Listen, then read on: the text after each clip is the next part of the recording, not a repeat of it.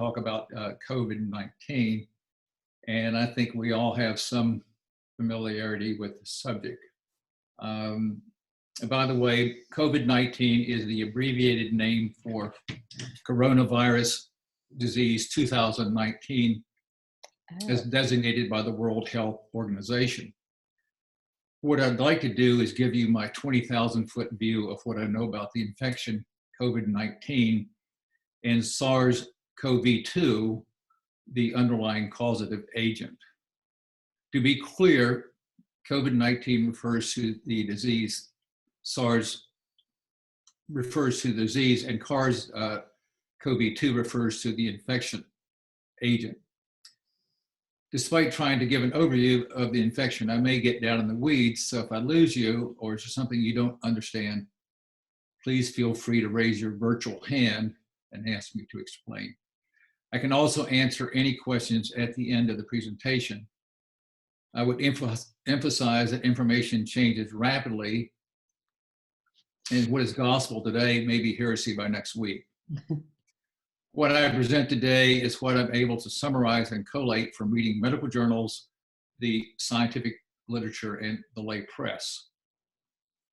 The first case of COVID-19 was reported in Wuhan, China in November 2019, and has rapidly spread to at least 210 countries around the world. When I last checked this morning, there were almost 3.7 million reported cases and over 250,000 reported deaths worldwide. In the US this morning, there were over 1.3 million reported cases and almost 7,000 reported deaths. The numbers change constantly, and most experts agree that the case numbers and deaths are likely greatly underreported. There's an excellent website called Worldometer, which gives a running tabulation of new cases and deaths in every country where COVID-19 has been reported. It's a cornucopia of statistical information. And I'm going to have to toggle back and forth between my text and the slides. So this is a slide. I'm not sure the exact date of this. This is for all the countries in the world, but of course I can't get every country on this slide there. But So if you look at the— Dr. Martin, you're going to want to share your screen now. Well, you can't see that screen? No, you have to click on the share screen button and then click on your slideshow. Okay, hold on just a minute now. We closed it earlier. Share screen? Yes, sir. Okay.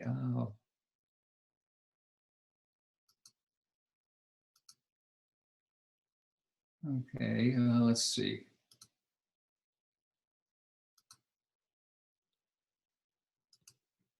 There we Can go. you see this? You can see the screen now? All set. Yep. Oh, okay. Okay. Well, okay. Well, let me start over again. And this is a screenshot from the website Worldometer, and this gives, well, okay. This slide gives the different countries. Of course, it's not. There was 210 countries. You can see there's about 12 on this particular slide there, but these are arranged in order of total cases, and you can see that we're far in the lead. We have that dubious distinction of being far in the lead of both new cases and reported deaths. One thing that really jumped out at me was when you look at Germany, you can see they've got 165,000 total cases, but their deaths are much lower than, say, France, United Kingdom, Spain, and of course us. And of course the question is, what are they doing differently that we're not doing? So maybe we could take some lessons from them. And this is actually the different states. And right now Virginia is in 16th place. And you can, of course, see that New York is by far has the most cases and the most deaths there.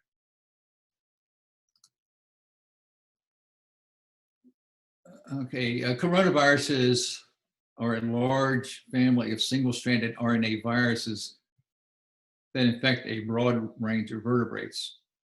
Coronaviruses are so named because under the electron microscope, each virion or virus particle appears to be surrounded by a halo or corona of spikes. And I'm going to show you, this is what they look like under the electron microscope. I think, can everybody see that okay? Hopefully. Yep, Yeah. yep. If you look at this and use your imagination, I think you can see sort of a corona of spikes around this virus particle. And this is sort of a stylized view of the coronavirus. You can see the spikes, and you can see the single strand of RNA.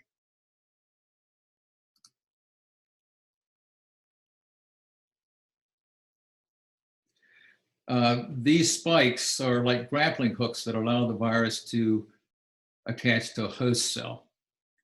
They attach to a receptor on the host cell called ACE2, which is the acronym for angiotensin converting enzyme. You're not going to remember that, and hopefully that won't be in any future exams, but it's there for the taking. ACE2 is a receptor found in the tissue of many human organs, including lung, vascular lining, kidney, and liver. And this is a little stylized picture of the SARS-CoV-2 virus attaching to this ACE2 receptor.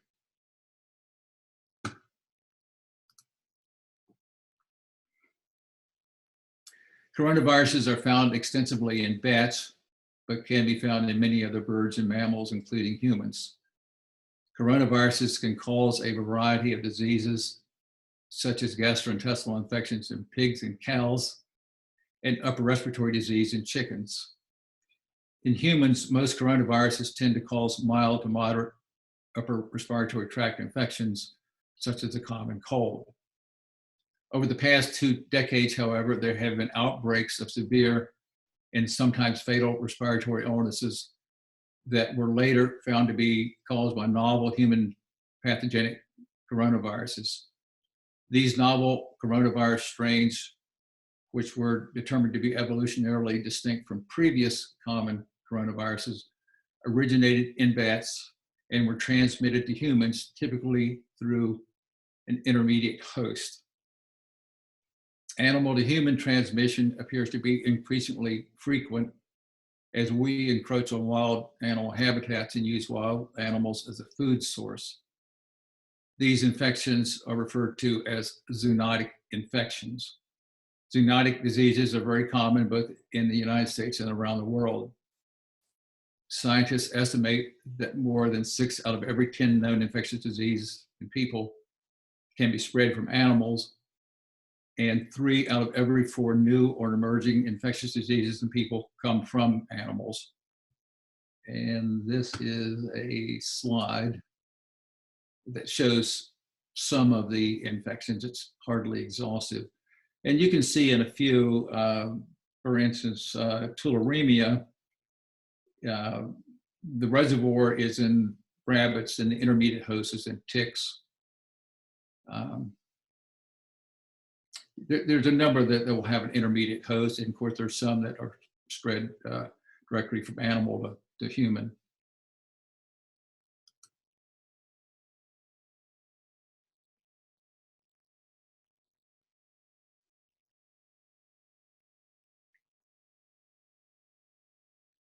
Okay, these new coronavirus strains exhibited increased virulence and infectivity and quickly passed from human to human.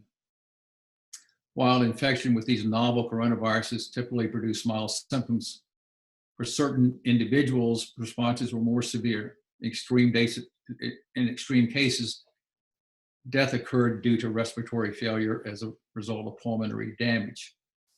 The first novel coronavirus outbreak was the severe acute respiratory syndrome, or SARS, outbreak in China in 2003. It was caused by a coronavirus that made a species jump from bats to humans through an intermediate host of farm civet cats. bred for human consumption in China. A second severe coronavirus outbreak occurred on the Arabian Peninsula in 2012, designated as MERS, for Middle Eastern Respiratory Syndrome. In this case, the intermediate host was identified as a camel. Both of these outbreaks were limited in geographic distribution. The current pandemic caused by SARS-CoV-2 is felt to emerge from an animal reservoir, most likely bats, even though there have been no documented cases of bat to human transmission. This suggests there may be an intermediate host widely suspected to be a pangolin, and you've never seen a pangolin before. They are apparently the only mammal that has scales.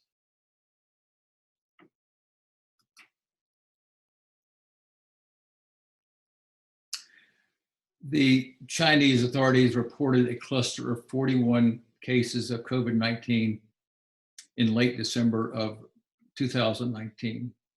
Of those 41, 25 were reported to have contact with what is referred to as a wet market, where live animals are slaughtered for human consumption. China claims to have closed all wet markets, though there is some doubt as to the veracity of this claim. And this is what you might see in a wet market. And if you use your imagination, I think you can see with a combination of blood, urine, feces, heat and humidity, these might be a very good breeding ground for emerging microorganisms.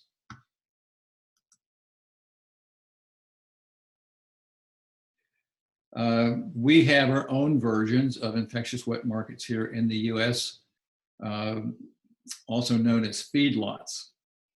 Here animals are fattened up prior to slaughter. And this is a slide that you might see.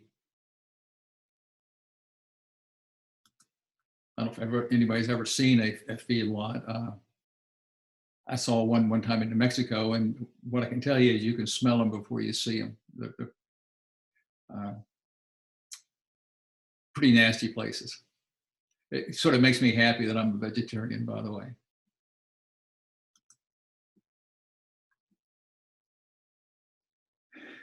Suffice it to say, these unsanitary, crowded conditions provide an excellent breeding ground for microorganisms.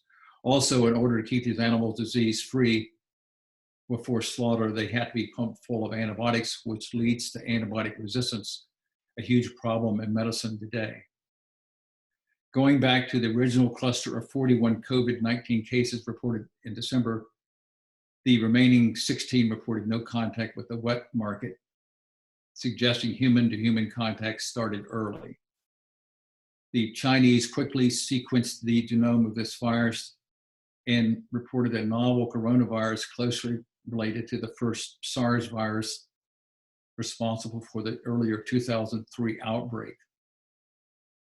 Because of the close relationship to the original SARS virus, it was named SARS-CoV-2. To their credit, the Chinese shared the genome sequence with the World Health Organization and other interested health authorities. Knowing the genetic structure and sequence is foundational in devising diagnostic testing and developing a vaccine. How does the coronavirus spread? As summarized by Dr. Hill's excellent presentation last week, it appears that the main conduit of transmission is by airborne droplet spread, secondary to coughing, sneezing, or talking. Infection can occur when airborne droplets come in contact with mucous membranes of the mouth, nose, and eyes. Spread can also be secondary to hand contact with objects contaminated with the coronavirus and subsequent touching of the facial area. There is some debate about whether the coronavirus can be aerosolized with potential of much wider dissemination. There there's also some question as to how many virus particles are necessary to infect a susceptible host. All things being equal, and of course they never are, a highly infectious virus would need fewer virus particles to infect a susceptible host. My own personal opinion is this infectious particle number is variable and likely more dependent on the state of the susceptible host. It would also seem that the number of viral particles and level of exposure would be commensurate to the proximity of the source of the infectious agent. This may explain why healthcare providers are at a much greater risk for infection. One of the epidemiological concepts I would like to touch on is the idea of how many uninfected people can be infected from a single infected host. This is called the basic reproduction number and is referred to as R0. And this is how that's represented, this R with a little 0. And you can see scientists use R0 or R0 to estimate how many other people one sick person is likely to infect.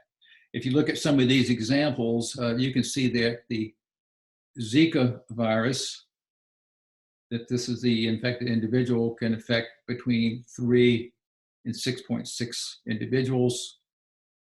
Seasonal flu, this is the infected person, up to 1.3 uninfected people.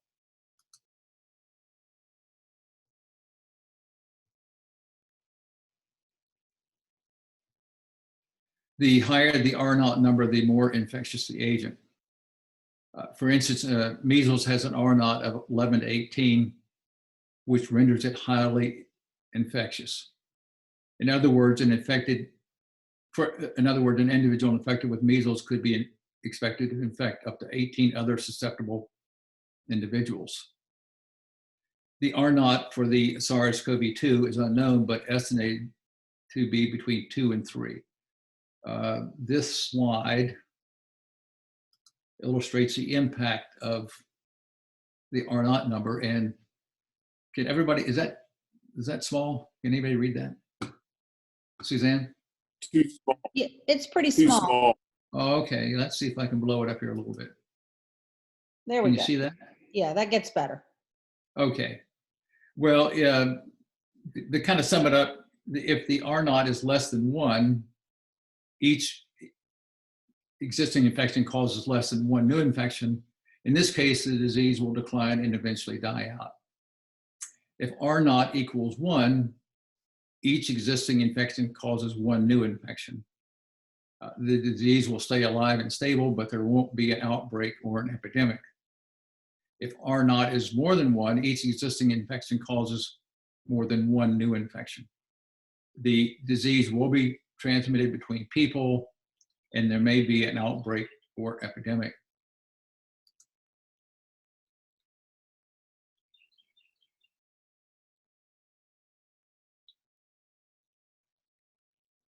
This brings up the second concept known as herd immunity.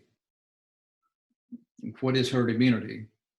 In its simplest form, it's what percentage of a given population needs to be immune to a specific infectious agent to confer protection to those who are not immune. A highly infectious disease such as measles would require about 90% immunity in a population to confer overall immunity of the herd. And this is a slide. You can see, I'll just kind of go through this. A novel pathogen is introduced to the community because it's new. No one has immunity and it begins to spread. And this is the infected person, and each of these little red, I guess these are hexagons. Each one of these are people who are infected by the original person. And if you go over to the next, number 2 here, those who recover and those who receive a vaccine, if there is one, develop immunity, at least for a period of time. With the coronavirus, it's not known how long. So far, there is no proven vaccine. And you can see here that there is some immunity. These little gray areas are people that have some immunity.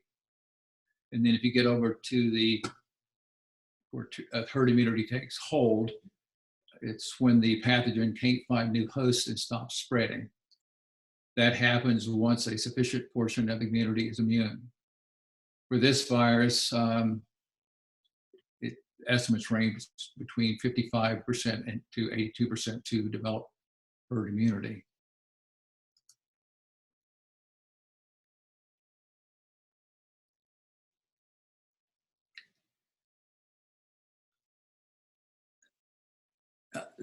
Okay, this next slide actually it's a different slide. And this, can everybody see that slide? Suzanne? Yeah. Yep. Okay. Well, I think this is a slide for measles, the vaccination rates. And you can see for measles, you can get as high as 86% vaccination rate. And this is in Los Angeles, California. If you get to 90%, then you have herd immunity. So you can see that if you drop down just a few percentage points from 90% to 86%, you go from herd immunity to not herd immunity. So if you look at, this is kind of like a little rose gallery of places where vaccination, I guess, is resisted or not accepted. And you can see these are just some counties in Washington. And I think there's a lot of anti-vaxxers out in that area. And of course, looks like California has a better rate. But again, as you can see, that if you drop down just a few percentage points, you go from herd immunity to no herd immunity.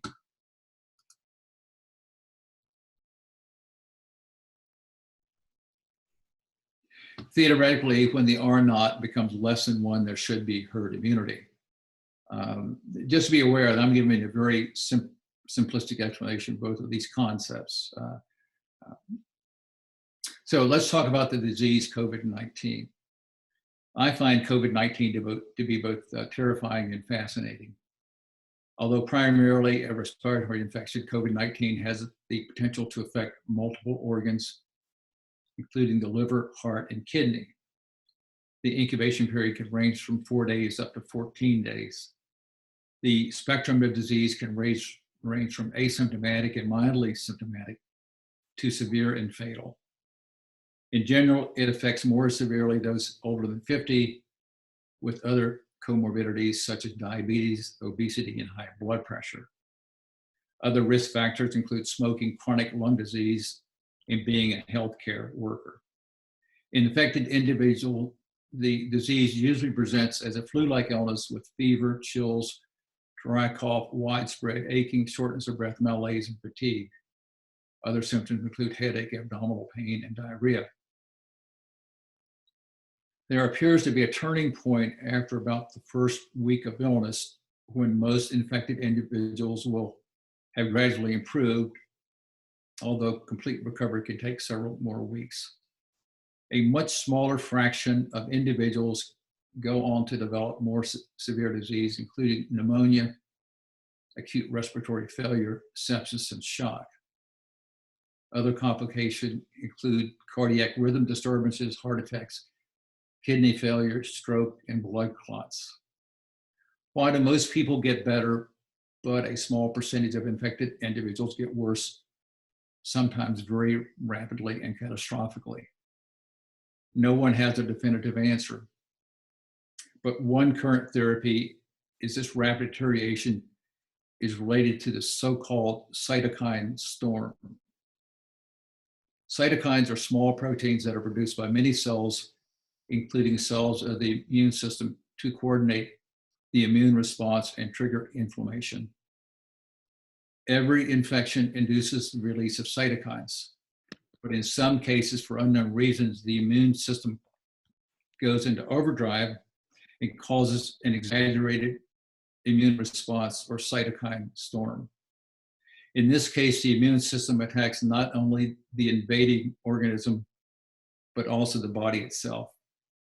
In other words, in this all-out war between the immune system and the invading organism, the body becomes collateral damage. And I kind of like this little slide here. It's product of some artist's imagination of a cytokine storm, but this is looks more like a tornado to me, but these are little cytokines that are coming off of this, and they've got these names like this is interleukin 6, interleukin 2, tumor necrosis factor. I'm not sure where they get these names.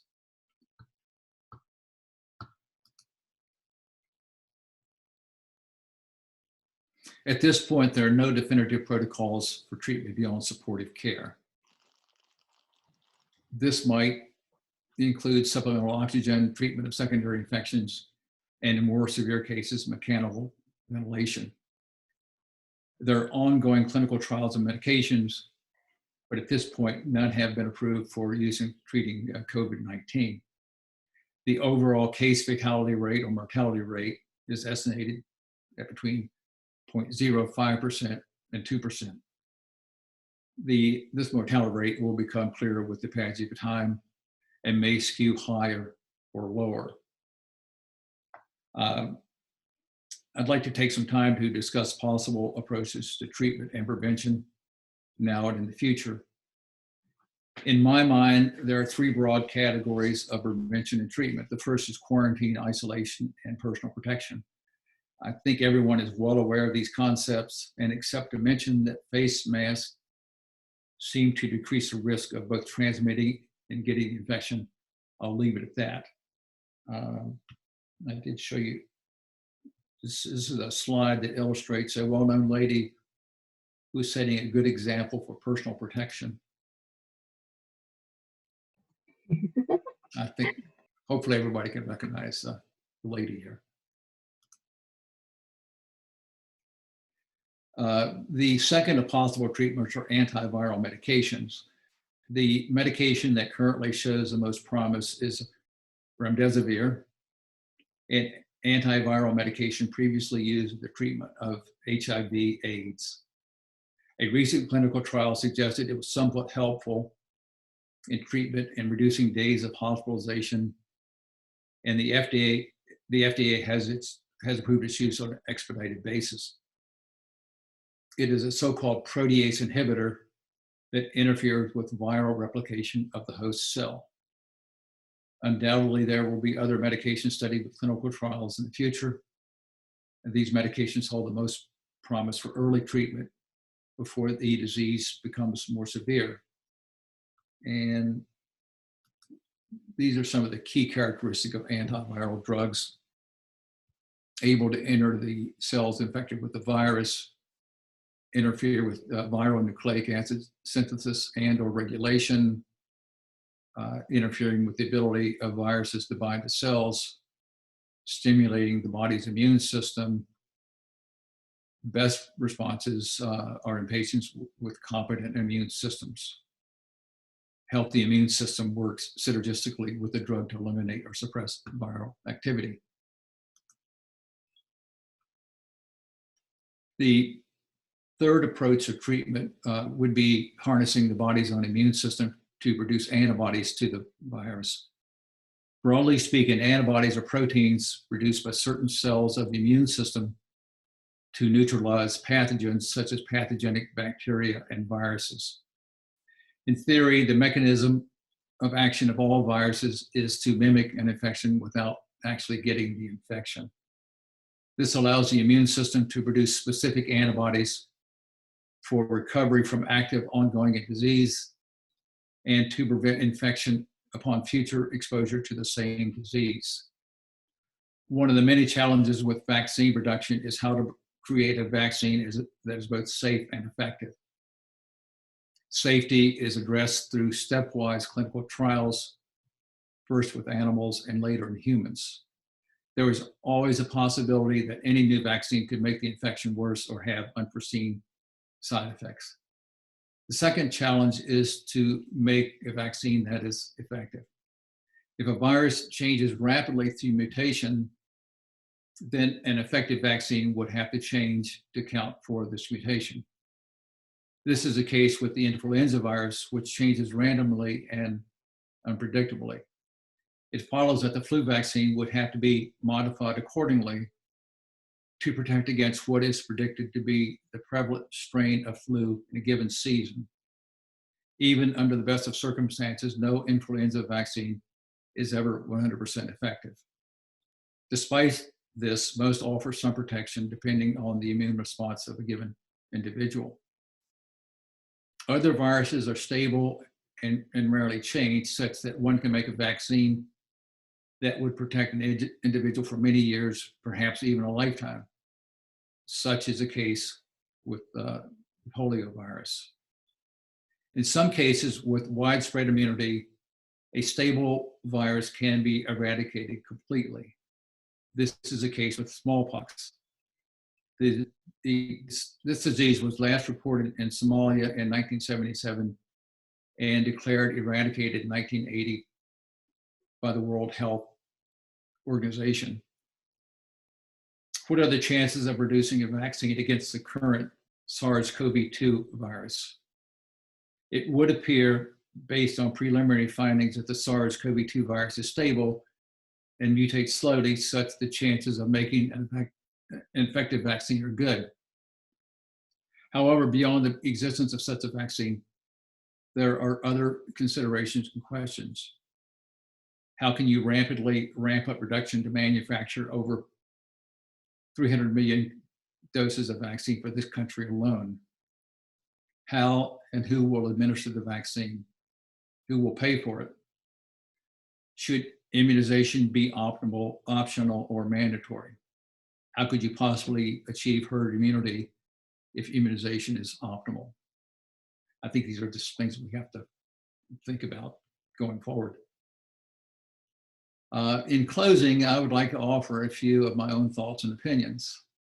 This pandemic was entirely predictable and inevitable. With globalization, ease of world travel, destruction of natural habitat, and climate change, it's never been a question of if, but only when. This pandemic has brought us to that proverbial fork in the road for what lies ahead. Down one fork, we can go back to business as usual, and let this be a dress rehearsal for worse things to come. Down the other fork lies a wake-up call and an opportunity to build a better world based on social and economic justice. Which fork will we choose? This moment calls out for reform of our healthcare system and a new economic pact that addresses inequality and provides a safety net for those less fortunate than ourselves. Most of all, I think we need to ask ourselves, how do we become better citizens and stewards of the earth? For us and all the other species that inhabit this planet, this little blue orb is the only home we will ever have. So that's kind of it, and I don't know if anybody has any questions or not. Well, let's see.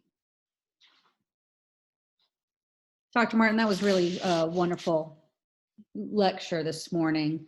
Does anybody have any questions? I mean, there are probably a million of them, but I suspect that by tomorrow they'll all change given the speed at which the circumstances are changing with regard to what's happening to us now. Anybody have any questions for Dr. Martin? Dr. Martin, I have one that is just perhaps silly, but I'm just curious. Was the Legionnaire's disease in the 80s, was that connected to coronavirus, or was that something completely different? Oh, that's a completely different disease. It's caused by a bacterium called Legionella, which is a bacteria, and of course the COVID-19 is caused by a virus. Okay. If you have a bacterial infection, they can be treated with antibiotics. Of course, antibiotics are totally useless against anything that's caused by a virus. Okay, thank you. I have one quick question, actually. So recently there was a TED Talk done kind of talking about the virus and how it is sort of like what you said, kind of like a dress rehearsal for what's to come. So I was wondering, do we have any idea of like how bad it could get like later on? Because, you know, as awful as this is, it's still definitely, you know, not quite up to, you know, way back when we had like, you know, the Black Plague or something like that. So is this just going to be a thing that happens eventually, and how bad will it get? You're asking me to predict what's going to happen? I suppose not like asking you to predict, but more just like, is it possible to do something like that? I'm sorry if I'm not articulate. Well, I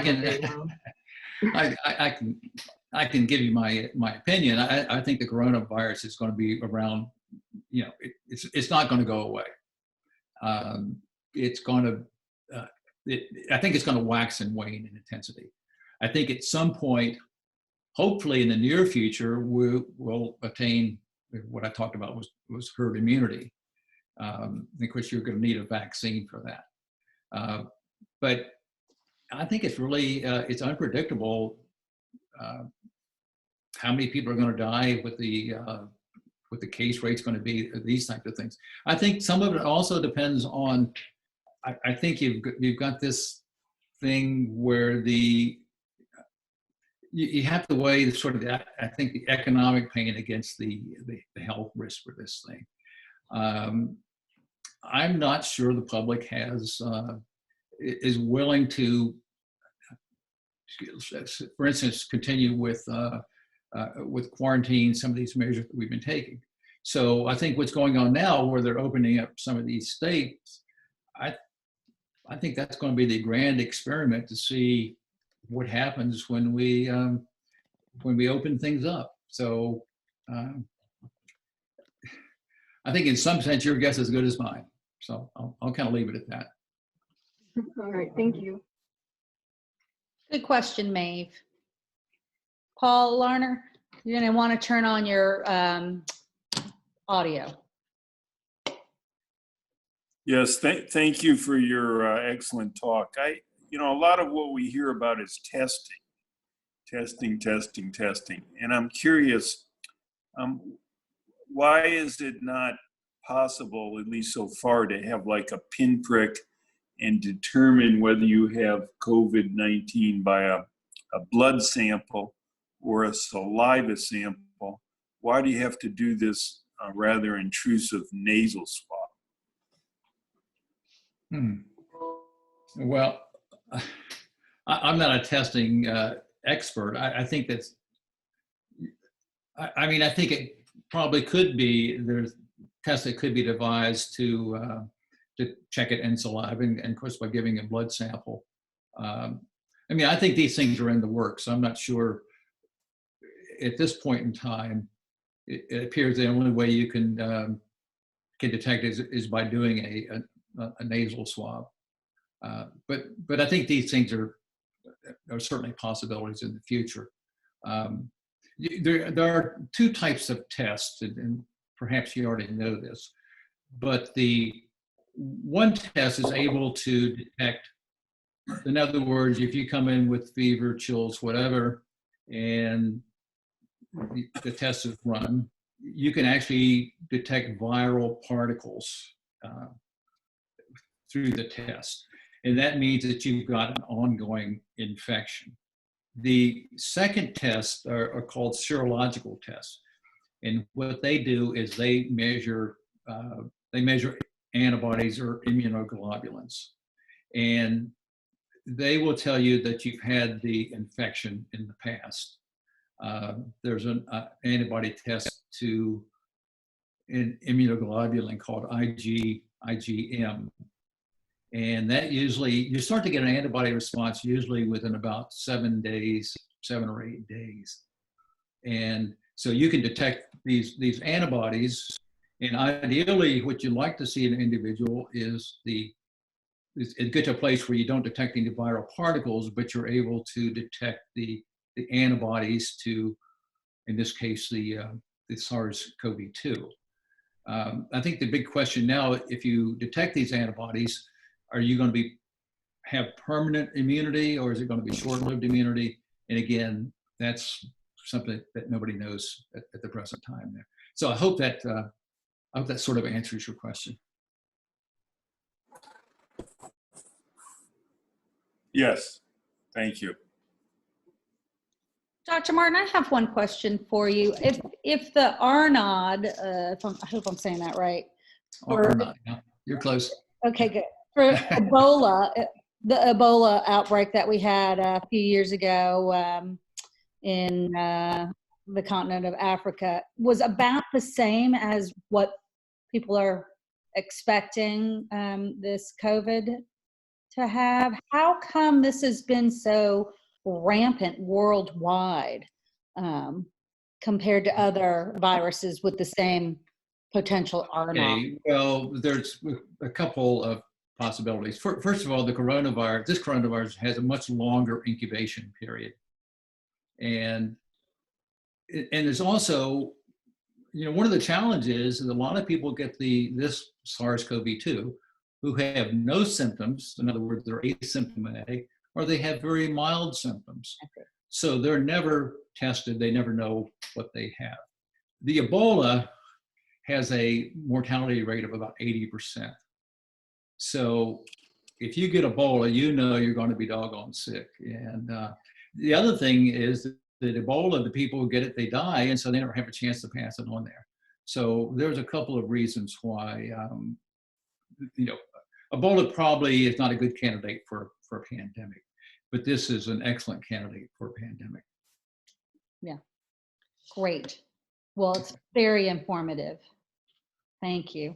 Anybody else have any questions this morning for Dr. Martin? No? Yeah, Dr. Martin, that was a terrific talk. Thank you so very much. Can I take the flip of what you raised about Germany? It feels like when I look at the statistics that the United States is really getting hit badly, very hard. Do you have any thoughts about why we're taking it on the chin so bad? Germany as opposed to the US, is that? Well, or anywhere else in the world you want to choose. I mean, well, I think if you look, you go back to that. Like, can I bring a slide back up? Sure. Yeah. Let's see if I can bring that slide back up there. Let's double check. Okay. Yeah, you should be able to just bring it right back up. Okay. If you see Germany, they've had 6,866 deaths, and of course we've had 69,000 deaths. Your question is why? I think, for one thing, they've done a lot more. Again, let's see if I can. You're going to need to double click on it. I need to sort of make the slide a little bit smaller.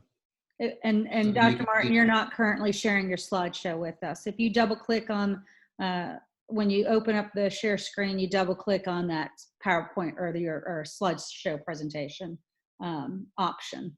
Okay. Well, I can look at the slide and tell you maybe Okay. without you all. Okay, let me get back. Unfortunately, you can't see the slide, but in Germany, they have done, relative to their population, they've done a lot more testing than we have. So I think that could be, I think that probably is the big reason. And I suspect also that they've been a lot more successful. I think they took this thing very seriously from the start, whereas we didn't. We wasted about 2 months before we made a good response to this. So they took it very, very seriously. They ramped up a response, and we didn't. And I think also, I think they probably did a better job with quarantine, with isolation, with personal protection. So I think that's the best explanation I can give you for that. We have ways of making you stay at home.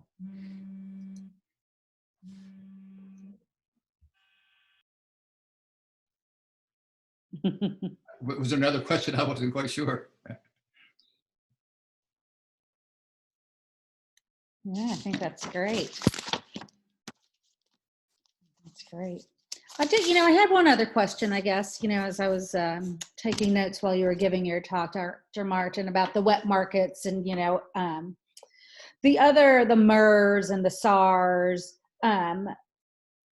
Did those come from situations like wet markets? No, I don't. Well, I think that the SARS did, because remember the intermediate host was a civet cat, and they are farmed for food. That somehow it kind of boggles my imagination to think that cats are being farmed for food, but that's the case there. And so these cats were brought into the market there, and of course, I think they're slaughtered on the spot. And as I mentioned before, these are great breeding grounds for the emergence of all kinds of microorganisms. I think in the MERS, the intermediate host was camels. And so I'm not sure how widespread camels are, but maybe just camel drivers got MERS there. But I don't think they have camels on the wet market. I don't know if they have wet markets I think it's primarily Saudi Arabia there. So yeah, I think I guess you might say that SARS, which was in 2003, was related to a wet market, but the outbreak in the Arabian Peninsula was related to camels, so probably not related to a wet market. Okay, great. I wouldn't swear to anything that I'm telling you, by the way. Right. Okay. Thank you. Thank you very much, Dr. Martin. All right. Any other questions this morning?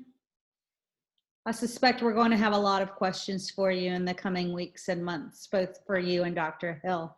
But I thank you so much for all of Wakefield for taking the time to put together this presentation and to meet with all of us. We're really grateful for your expertise, Dr. Martin. Well, thank you for having me. Yeah, and we'll look forward to hopefully seeing you next week. Okay. All right, Thank you. everybody. Bye. Thank you, Dr. Martin. Bye. Thank you. You. Bye. Thank you.